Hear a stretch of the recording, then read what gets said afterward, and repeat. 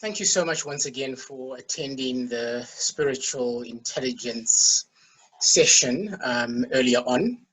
As I promised to do, to go through the questions that you put forward and just to make sure that I try to answer as many of those questions as I possibly can. So what we've done is we've just put a summary of all the things that were shared on the chat line. First of all, why were you on this webinar and what were you expecting? I'm not going to go through all of the things. There's just such a mix of things from, a lot of people who are sort of coaches, facilitators, consultants, strategic planners, etc.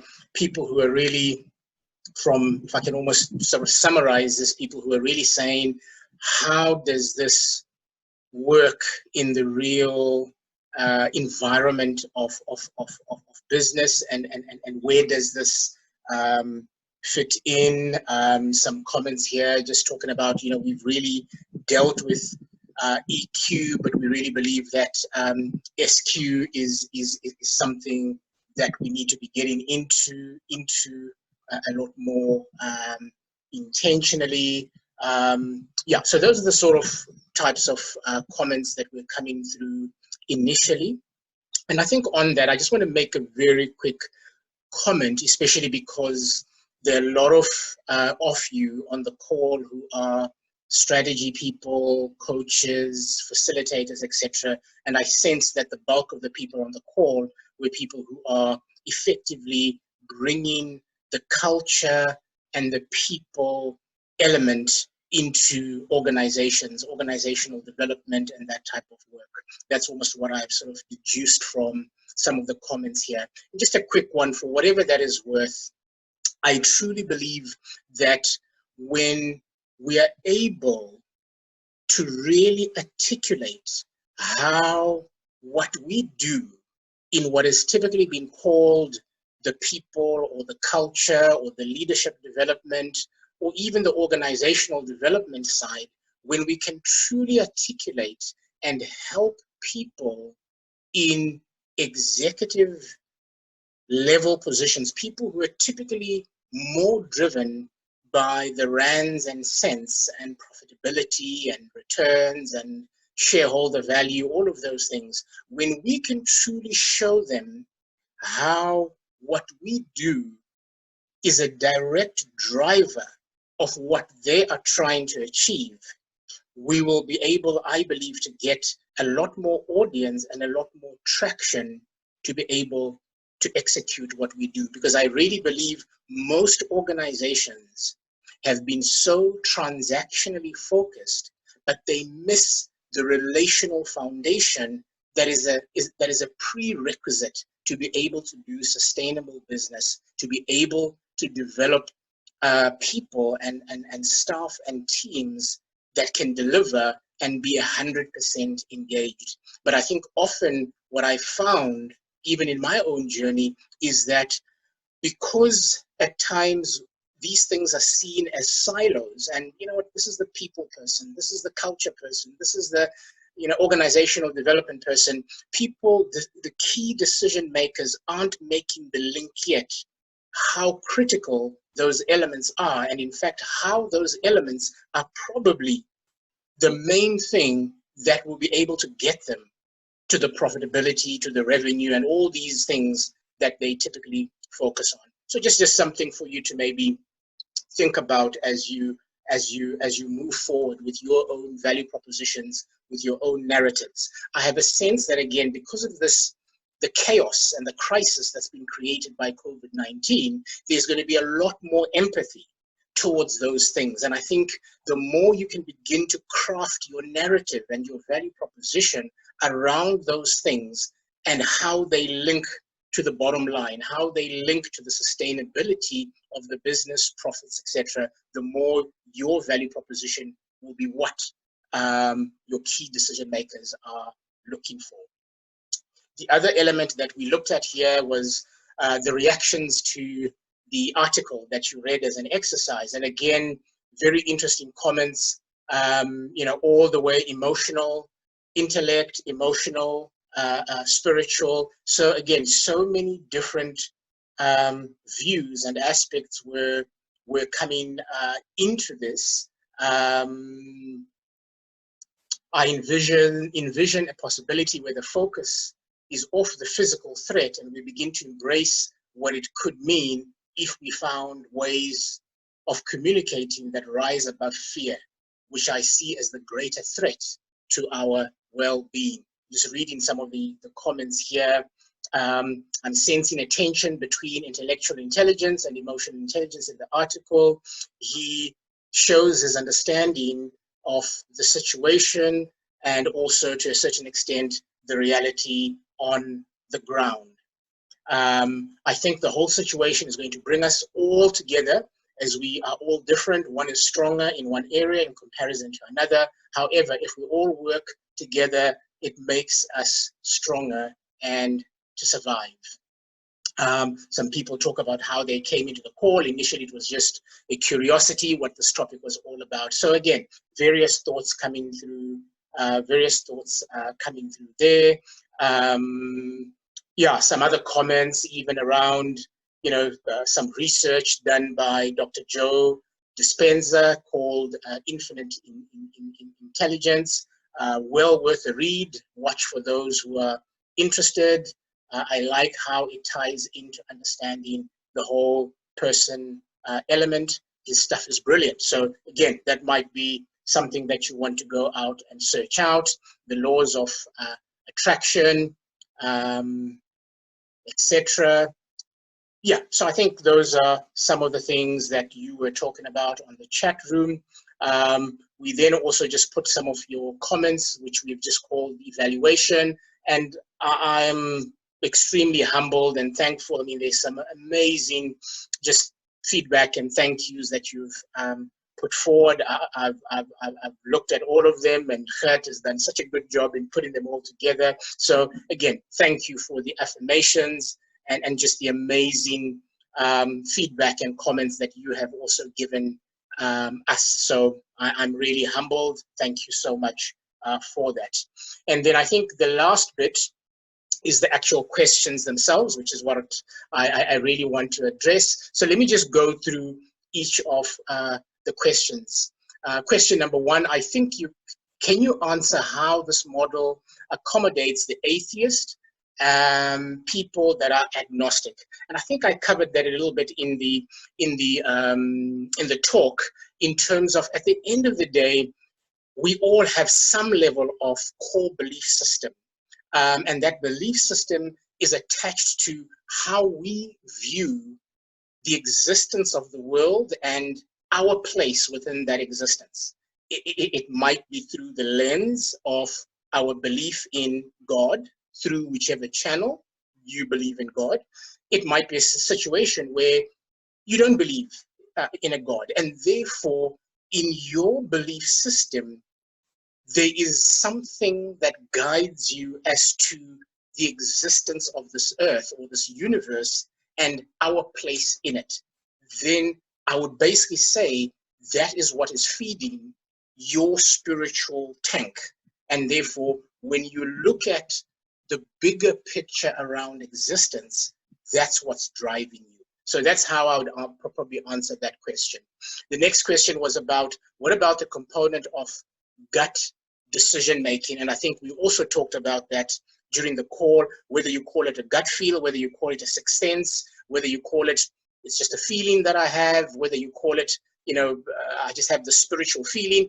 We call it all different things, but it's the acknowledgement that there's something in me that might not be tangible in terms of I can put tangibility to it, but there's something coming out of my soul and effectively my spirit that gives me a sense of how I want to move forward on a particular issue. So that's where that also comes into it. Politics, third question, politics also may play a role. Where does this fit in? So when I look at the issue of politics, what I'm really looking at there is I'm assuming politics in terms of organizational politics, etc. A lot of organizational politics or team politics comes in mainly when we fail to respect the differences that are around the table. And therefore, what we do when we are playing politics is we are trying to convince people that my point of view is correct. And we almost force people into what I believe to be true or what I believe to be correct. And therefore, we start to manipulate and try to control such that people come into my way of thinking or what I believe to be true. And that's often where politics comes in. And I think this is where the maturity of influential leadership comes in, to be able to say, how do I co-create with other people, knowing that we are coming from very different points, but in the middle somewhere, there's a point where we can meet up and actually use our differences as a point to be able to take us forward into something. So politics mainly is manipulation, trying to get people to forcibly agree with a point of view or a belief that I have. Question number 4, can you give an example of how business culture impacts our belief system? And I think we spoke about this again literally towards the end, and we said, yes, there could be business culture. And often what happens is if I have a core belief and a core culture that's within me, I might even go and work for an organization and the business culture in that organization is not compatible to me. And often what that leads to is generally a disengagement, or generally it becomes very laborious and difficult to go to work every day, but I keep going because I know I'm getting a salary check, etc. But the business culture and my inherent being are not synchronized, and therefore it creates all sorts of tensions. But again, one of the key things that we need to maybe look at is just to say, when it comes to culture, let's rather find, whether it's business culture or the beliefs, let's find the things that we have in common first before we argue about what we don't have in common. And generally, irrespective of what point of view people are coming from, you will generally find we agree on the fundamentals. We agree on dignity. We agree on respect. We agree on good communication. We agree on affirming each other. We agree that we are not always correct. We agree that the world doesn't revolve around us. I know I'm saying these things, but often those are the things that cause us to actually clash. But if we did actually just find the common denominators, I believe most of us will come and will actually have a value system or a cultural system that is actually works across the board without us needing to play politics around that. 5th question, is there maybe a case for technological intelligence, or is this dealt with under other intelligences, for example, intellectual? Yeah, I actually believe so.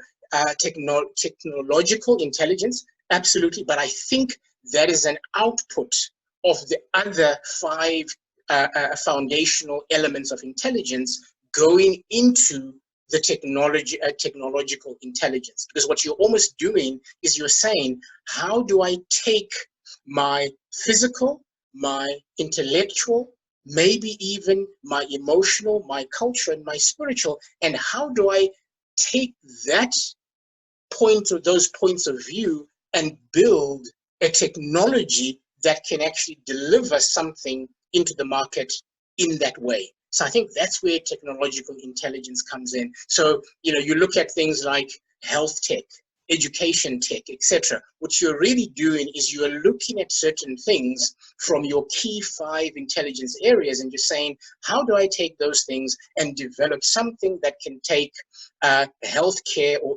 education onto a technology platform, and you build the technology platform from how you have made decisions through those 5 areas. Question number 6. I don't believe that SQ can ever be absent in our processes, because it's always embedded in our thought systems, even though it may not be considered in reaching a particular desired result. what is the resulting negative consequences when the SQ is totally ignored. So when we ignore SQ, it's basically saying that as a human being, if I know that I'm working with a team of people and I know that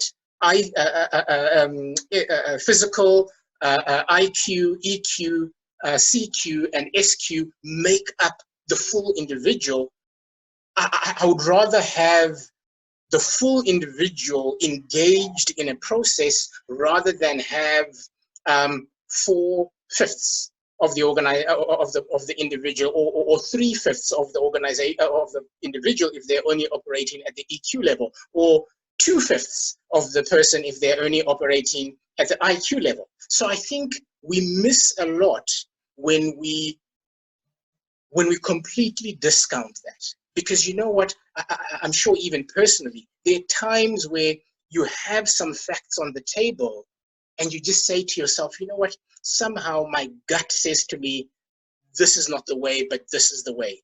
I can't quite explain it, but I believe this is, and it's important to have those types of discussions and allow people to say that, because it stimulates the team and the organization to explore more why that is the case, because it might just be a gut feel which is actually presenting itself as a roadblock to say, guys, this decision that you're trying to make here, we haven't explored the full extent of what we should be doing. Let's dig some more to get to the point where perhaps even that person will say, got it. You know what, now that we've discovered this, you know what, my gut feel says yes, and then off we go. But if we had ignored that person who has come up with something as crazy as my gut feel says we shouldn't move forward, and we just moved forward, maybe we've just missed a critical element of the solution or the decision that is actually required for us to move forward.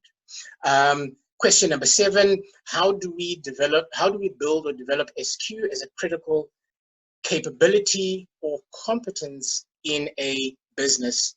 I think the first thing around that, as I have explored with other organizations, is literally helping people understand that SQ is a reality, whether they choose to embrace it or not.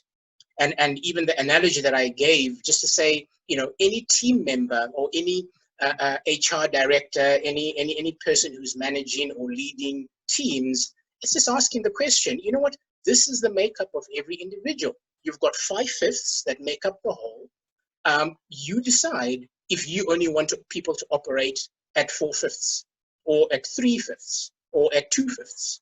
Some organizations that are completely focused just on data, I say to them, you're operating at 2/5 because you're only acknowledging the intellectual intelligence. You're not taking it any further. And I believe you're losing out on harnessing the full potential that you have as a team. So I think helping people understand that it's there, whether you choose to acknowledge it or not.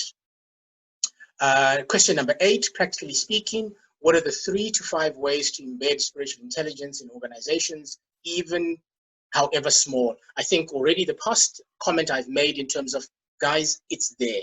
Whether you want to acknowledge it or not, it is there. So I think that's the first point of acknowledging it. I think the second thing is to explain how it's not about trying to get people to believe a particular religion or to come into a particular common box on it. Because I think often we're so driven to want to bring people into the box that I'm in. It's not about that. It's about acknowledging that we might be in different boxes, but how do we respect the boxes that we're in, but at the same time, how do we value the opinions of people that they might be bringing through their lens of understanding and how they are processing things. So for me, part of the ways are literally creating environments where people can truly be relational, trust each other enough to be able to respect each other in difference. That's where this can really come in and become effective. Question number 9, how spirituality can be heightened more in the daily lives of business in general, especially after the experience of COVID-19. Again, I think the last two questions that I've answered will give some of that, some of the answer to that. Also, the example we gave in terms of starting to scenario plan going forward, understanding that people's behavior after COVID-19 is largely going to be shifted based on those 5 bubbles. A lot of people who were primarily, maybe even in analytical mode, in the data, in the intellectual intelligence, they've had their EQ bubbles opened up. There's some who have their CQ bubbles opened up. Even some have their SQs opened up in a lot more heightened way. So it's helping, it's understanding that that's the reality that is actually taking place. And I think this COVID-19 scenario has brought about a crisis that allows us to go and have different discussions with people that we have talked to before. Because whenever you have a crisis, well, before you have a crisis, people are so set in thinking in a certain way. And therefore, if you're trying to bring new concepts to them, it's very difficult for them to embrace new concepts because what they are in right now is working. And therefore, when things are working, it's very difficult to shift people into new things when what they know and what they're doing is working. COVID has created a situation where all of that is all dismantled. People are on a fresh page, and they're literally saying, oh my goodness, help me understand. So this is the time to bring new concepts to people to be able to shift them. And I think, again, as I said, I see that most of you consultants, strategists, coaches, etc., I believe this is the perfect market time for you to be able to shift the game as you bring new ideas of thinking, because that's exactly what people need right now. Question 10, what tools would you recommend for senior leaders to consider and apply SQ when making business decisions that impact employees and customers? Again, I have a sense that I've answered part of this already. The main thing that I maybe want to say about that question is whenever I see something that says making decisions that impact employees and customers, that says to me opportunity for co-creation. And co-creation is not me as a leader making decisions on my own that will impact employees and customers. This is the opportunity to engage them and to say, this is where we are, but how do we co-create and define where we want to go to, and how do we do that together? I was speaking to a business guy in Hong Kong whose businesses have literally shut down. He does manufacturing, etc. He has the contract to manufacture Lego blocks, but because of China shutting down, they literally could not manufacture for the time that China was set down. But he took a co-creative approach. He basically brought his employees and literally said to them, guys, you can see what's going on out there. This is, let me be transparent. This is what we do. This is our cash flow scenario. This is what's happening. These are the orders that we can't meet. This is the cash flow that we're not going to have anymore. We have 3 months of operating budget. And for us to be able to extend that to 6 months, we need to consider potentially changing the mix. So let's have that engagement. I don't want to let employees go, but we have to scale down. And he went into a co-creation discussion with where they even came up with the ideas in terms of, you know what, boss, please cut down. Why don't we all take a 50% cut, okay, for the first 2 months, and let's see how that goes. If this continues, then maybe we take a longer one, etc., etc., etc. Same with customers. Customers know the environment that we're in. There's no better way to build stronger customer relationships than to co-create with them in this time where everything has been shaken up like this. Question 11, I try and take the values conversation a step further to ask, what does each value look, feel, and sound like for the people who are contracting to them? Absolutely. Again, this is about engaging. How do we come up, irrespective of our differences in skin color, differences in culture, differences in religion, differences in all sorts of things, but how do we come to that common base of what we say, you know what, we agree on dignity, we agree on respect, we agree on integrity, we agree on honesty. Let's build that as being the value system that forms the essence of what our culture is, and we hold each other accountable to that. Question 12, is it possible to send the answers and questions to us all, please? Absolutely, that's exactly what we are doing. Question 13, how can leaders resolve the tensions between individual beliefs and organizational cultural beliefs? I think we touched on that a little bit on board, earlier on, and I think the critical thing is, as I said, I believe all people, and even people who make up organizations, we have a core set of values that I believe we can all agree on, irrespective of the differences that we carry. And if we can make that the focal point where the individual beliefs that we are carrying become the organizational beliefs. One of the things that we do is we run workshops where we literally go through a process of putting together a relational agreement within organizations. And that relational agreement process starts off with allowing everyone in the organization to contribute towards what are the values that they want to see, so that by the time the values are written on a board somewhere, I can walk past that board and say, I was part of that process in terms of putting that value there. And by the way, the next process that we go through is to say, let's come up with a plan or a process that we will follow to hold each other accountable to the values that we said we would do. So even if the MD violates the value of honesty or respect, or speaks in a disrespectful way, then even the lady in the kitchen, because of that relational agreement, should be able to go and say, but boss, the way you spoke to me was not respectful because of this reason. And that engagement, and that should take place because we have agreed to the relational agreement that's built upon the values that we've all agreed to. 2 more questions and then we are done. Question 14, EQ and IQ. Understand that majority of South Africans are struggling to meet basic needs. However, we also have to find a way of activating economy without jeopardizing people's health.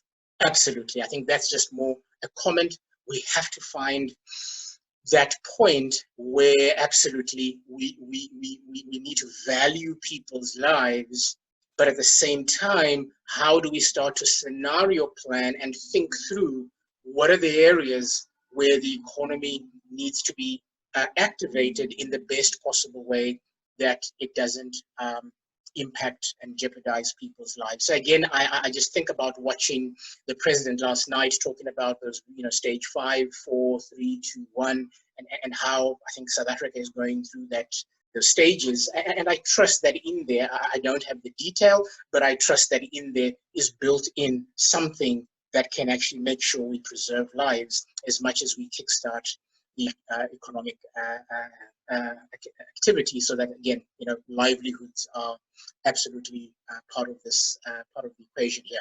Last question, 15. Thank you for this privilege. What's the best way to promote awareness of these exciting options to businesses? I would love to be part of the co-creating new paradigms. Again, the answer is probably summarized in a whole bunch of different answers that we've gone through already.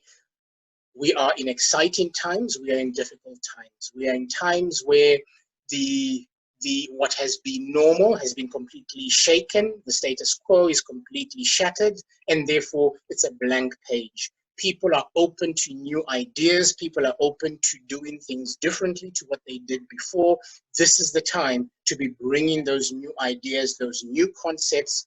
Critically, it's the time to link these new concepts and the new thinking that we are bringing ultimately to the full ecosystem of businesses. So they mustn't see spiritual intelligence or EQ as being something that's in the HR department that, we can get involved in that, or maybe they need to see it as being, this is something that will affect the bottom line. This is something that will affect our sustainability. It has to link up to the core result of the organization. And I believe we have the perfect opportunity in this time where everything has more or less been sort of upended, to be able to be bringing these conversations. But my personal advice and recommendation, let's build clear understanding of the bigger blueprint and how it fits in. And that's why even at the beginning of the presentation, I wanted to build a picture of how all of this flows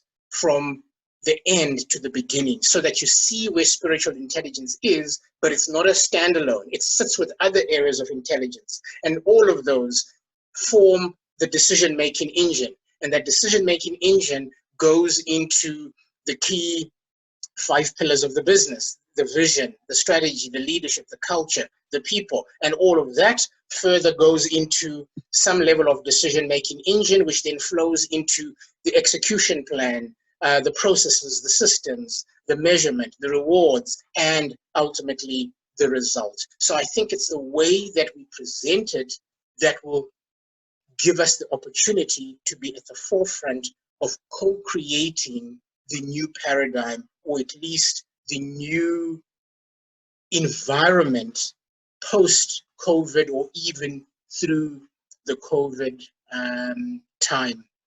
So those were the questions. I think that's pretty much the feedback that I have for you. I really trust, again, that this was useful. I'm in no way giving you, this is the answer.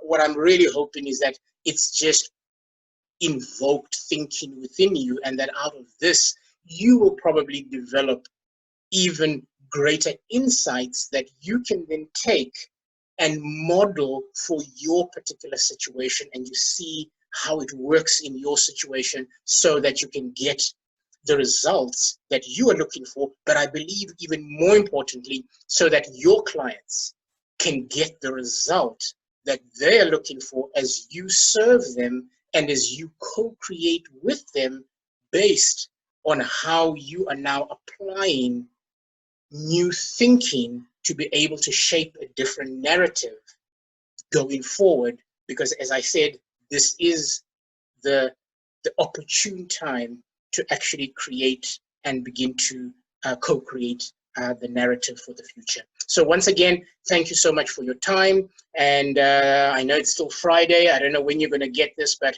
have an awesome, awesome weekend.